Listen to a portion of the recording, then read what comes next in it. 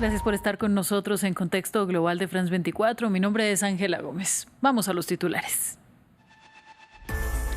El presidente de Venezuela, Nicolás Maduro, denunció la amenaza más grande en 100 años en contra de su país, a propósito del despliegue de Estados Unidos en aguas del Caribe. El mandatario aseguró estar listo para la lucha armada en caso de invasión.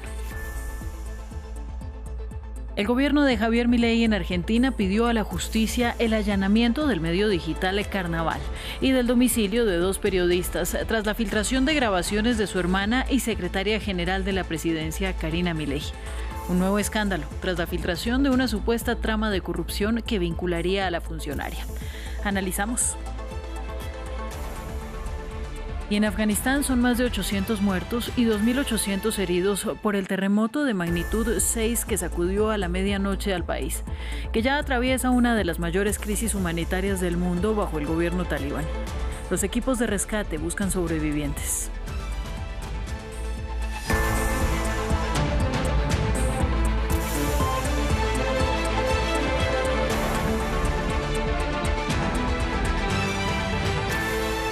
Comenzamos. El presidente venezolano Nicolás Maduro afirmó que su país está preparado para contener una posible intervención de Estados Unidos tras el despliegue naval de la Casa Blanca en el Caribe bajo el argumento del combate de carteles de la droga. Según el mandatario, es la peor amenaza que ha sufrido su nación en 100 años. Un informe de Albert Naya. Una de las apariciones más tensas de Maduro. Para un momento en que el Mar Caribe encuentra la presencia de estos navíos. Para el máximo mandatario venezolano solamente existe una explicación. 8 barcos militares con 1.200 misiles y un submarino nuclear apuntan a Venezuela. Y ante la máxima presión militar, nosotros hemos declarado la máxima preparación para la defensa de Venezuela. En concreto, Maduro se refiere a artilugios como este, un navío de 173 metros con capacidad para lanzar misiles y torpedos y albergar 2 helicópteros, o a este, un submarino nuclear de más de 100 metros de longitud con capacidad para lanzar misiles de crucero y antibuque y torpedos MK-48. La puja de la Casa Blanca por echar de Miraflores a Maduro o por detenerle subió a $50 millones, pero la injerencia militar, con el supuesto objetivo de truncar el narcotráfico, se traduce en 4.000 efectivos militares. Una presencia poco efectiva. Según un estudio de la ONU, la mayor parte del tráfico marítimo de narcóticos llega a Estados Unidos a través del Pacífico, mientras gran parte de lo que llega a través del Caribe lo hace en vuelos clandestinos. El mismo enviado de Caracas en Naciones Unidas lo dijo. Es una escalada. Primero anuncian el envío de 8 buques para bombardear Venezuela, cualquier parte de Venezuela. Y ahora dicen que van a enviar un submarino nuclear. Es ridículo pensar que están luchando contra el narcotráfico con submarinos nucleares. Mientras los cañones parecen apuntar hacia Miraflores y no tanto al narcotráfico, la escalada dialéctica y el músculo militar ganan fuerza en el Caribe. El gobierno de Argentina solicitó a la justicia el allanamiento del medio digital Carnaval y el domicilio de 2 periodistas tras la filtración de grabaciones de su hermana y secretaria general de la presidencia, Karina Milei. Los audios dan cuenta de enfrentamientos al interior del partido oficialista y se publican tras otras grabaciones de un funcionario que describían un esquema de sobornos a través de la Agencia Nacional de Discapacidad y en el que una de las beneficiarias sería Karina Milei. Vamos a ir al análisis con Damián Loretti, profesor titular plenario de Derecho a la Comunicación de la Universidad de Buenos Aires. Gracias, profesor. Buenas noches. Buenas noches, mucho gusto. Igualmente, profesor. Comienzo preguntando por la justicia argentina que emitió esta medida cautelar para frenar la difusión de grabaciones de la secretaria general de la presidencia, Karina Milei, en la Casa de Gobierno. ¿Qué implica esto a la luz de los estándares de libertad de expresión del Sistema Interamericano de Derechos Humanos? A ver, una aclaración previa. Hay 2 procesos judiciales en curso. Hay una medida cautelar ya otorgada, muy mal dada, de modo muy impreciso. Casi diría que es hasta imposible de cumplir por las condiciones de la notificación que plantea, pero más allá de eso, se da de bruces claramente con los estándares interamericanos y de la propia Constitución argentina, que prohíben absolutamente la censura previa y en todo caso lo que prevé es la existencia de responsabilidades ulteriores.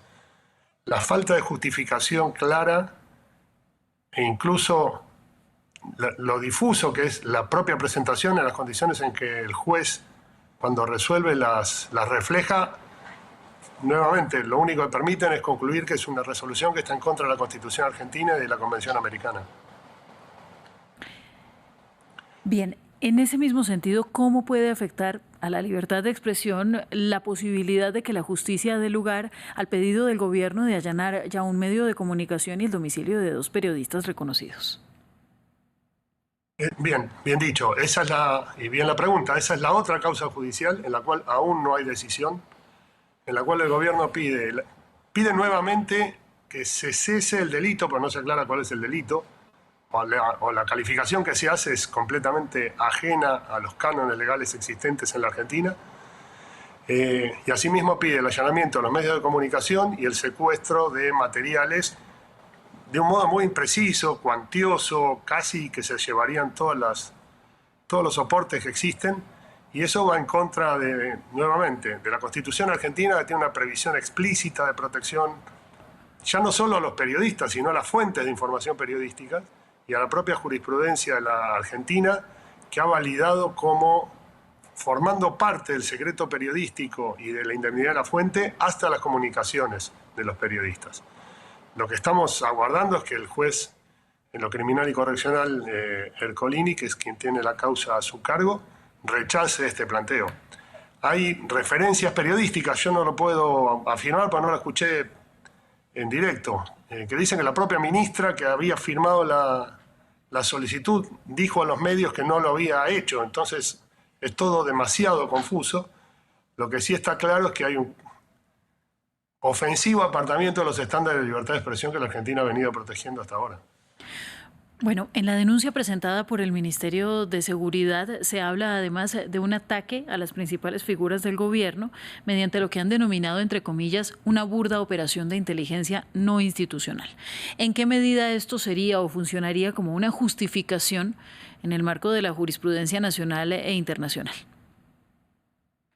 Ninguna, porque la inteligencia ilegal solamente puede ser ejercida por funcionarios públicos. Eso lo dice el artículo 4 de la Ley de Inteligencia.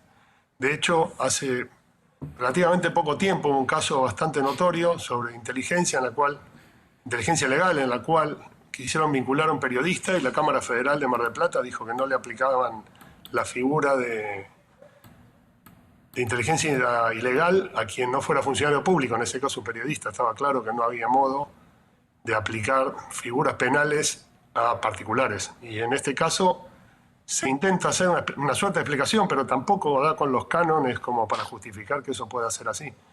La verdad, el grado de alarma que hay hoy en la Argentina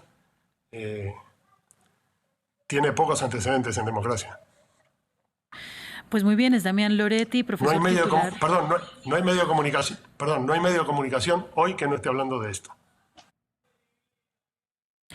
Bien, profesor, como decía, muchísimas gracias a usted, Damián Loretti, profesor titular en la Universidad de Buenos Aires.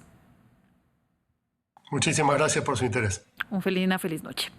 Vamos a continuar con más noticias. La principal asociación de expertos en genocidio adoptó una resolución que afirma que en la Franja de Gaza se cumplen los criterios legales para determinar que Israel está cometiendo este delito. Una posición que el gobierno de Benjamín Netanyahu ha negado repetidamente y de la que se defiende ante la Corte Internacional de Justicia en La Haya. El informe es de Daniela Blandón. ¿Se cumplen los criterios de genocidio en Gaza? A los ojos de los tribunales internacionales, por ahora no, pero sí a los de la principal asociación internacional de expertos en este delito. La Asociación Internacional de Académicos del Genocidio ha aprobado una resolución que declara que las políticas y acciones de Israel en Gaza cumplen con la definición legal de genocidio, tal como se encuentra en la Convención sobre el Genocidio, y que estas políticas y acciones en Gaza constituyen crímenes de guerra y de lesa humanidad. El 86% de los 500 miembros de este grupo aprobó una resolución en la que reconoce que el ataque de Hamas del 7 de octubre de 2023 constituye un crimen internacional. Y del lado israelí, ciertos hechos que constituirían genocidio, como la muerte o heridas a más de 50.000 niños, o declaraciones explícitas de sus líderes sobre la intención de destruir, caracterizando a los palestinos como enemigos y animales humanos, e infligir el máximo daño a Gaza, arrastrarla y convertirla en un infierno. La ONU define desde 1948 como genocidio la intención de destruir total o parcialmente a un grupo nacional, étnico, racial o religioso, por medio de actos contra sus miembros como la matanza, lesión grave a su integridad física o mental y el sometimiento intencional a condiciones de existencia que impliquen su destrucción física, entre otros. Hasta el momento, ningún tribunal internacional ha declarado un genocidio en Gaza, negado categóricamente por Israel, que actualmente impugna una denuncia presentada ante la Corte Internacional de La Haya, un proceso que podría tomar años. Equipos de rescate y voluntarios trabajan contrarreloj para hallar sobrevivientes bajo los escombros en Afganistán, tras uno de los peores terremotos en la historia del país. Hasta el momento, el balance es de más de 800 muertos y los heridos son más de 2.800. El gobierno talibán pidió ayuda internacional, al tiempo que alertó que la cifra de víctimas puede aumentar cuando los rescatistas accedan a zonas que quedaron bloqueadas. Veamos. Los esfuerzos para encontrar sobrevivientes y atender a los heridos son la prioridad en el este de Afganistán. Al terreno montañoso se une el mal tiempo, lo que dificulta las labores en las provincias de Kunar y Nangarhar.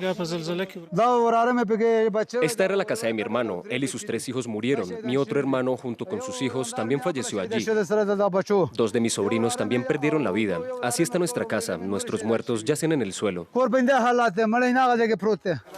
Las casas de adobe en las laderas de este territorio colapsaron durante el terremoto, uno de los peores en la historia del país, por lo que los rescatistas han indicado que la cifra de víctimas puede aumentar cuando los equipos accedan a zonas bloqueadas.